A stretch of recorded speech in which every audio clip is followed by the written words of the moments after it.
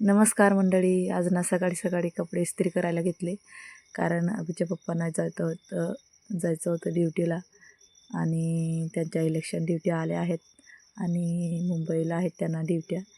तर तसं तर आम्हाला काल परवाचाच मेसेज आहे, माहीत आहे. पण त्यांना 12 तारखेला जायचं होतं, पण काल रात्रीपर्यंत उशिरापर्यंत कळालं की आज जायचं 11ला. म्हटलं पटकन आधी तर कपडे इस्त्री करायला घेतले, कारण इथं गावामध्ये म्हटल्यानंतर लाईटचा खूप मोठा प्रॉब्लेम असतो आणि तसं तर बाकीचं काम आपण नंतर बी करू शकतो, पण आधी म्हटलं कपडे इस्त्री करून घ्यावे आणि पटकन कपडे इस्त्री करून घेतले आणि बाकीची तयारीसुद्धा त्यांना करून दिली मी.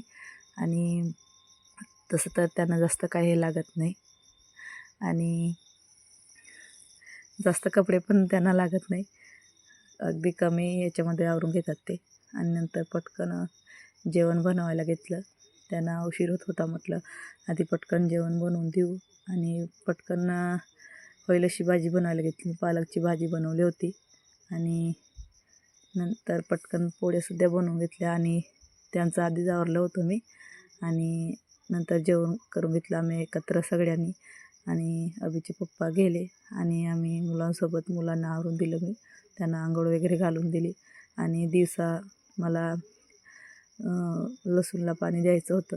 ते दिवसभर तिथंच राहिले मी मुलांसोबत मुलांना आईच्या घरी ठेवून. आणि नंतर संध्याकाळी हे बघा, माझी माकडं खूप थकली होती आणि दोघी पण झोपू गेली आणि ते झोपली होती तर मी माझी संध्याकाळची कामे आवरायला घेतली. आधी तर कपडे सुकले ते घेतले आणि नंतर सकाळीची भांडी घासली होती ना, ती मी रॅकला लावलीच नव्हती.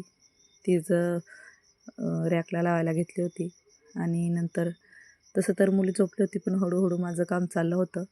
ते झोपले तर नंतर मी एकटी आहे म्हटल्यावर मुलं तर आहे माझ्यासोबत, पण ते पण मी जे खाते ते खाऊन घेतात.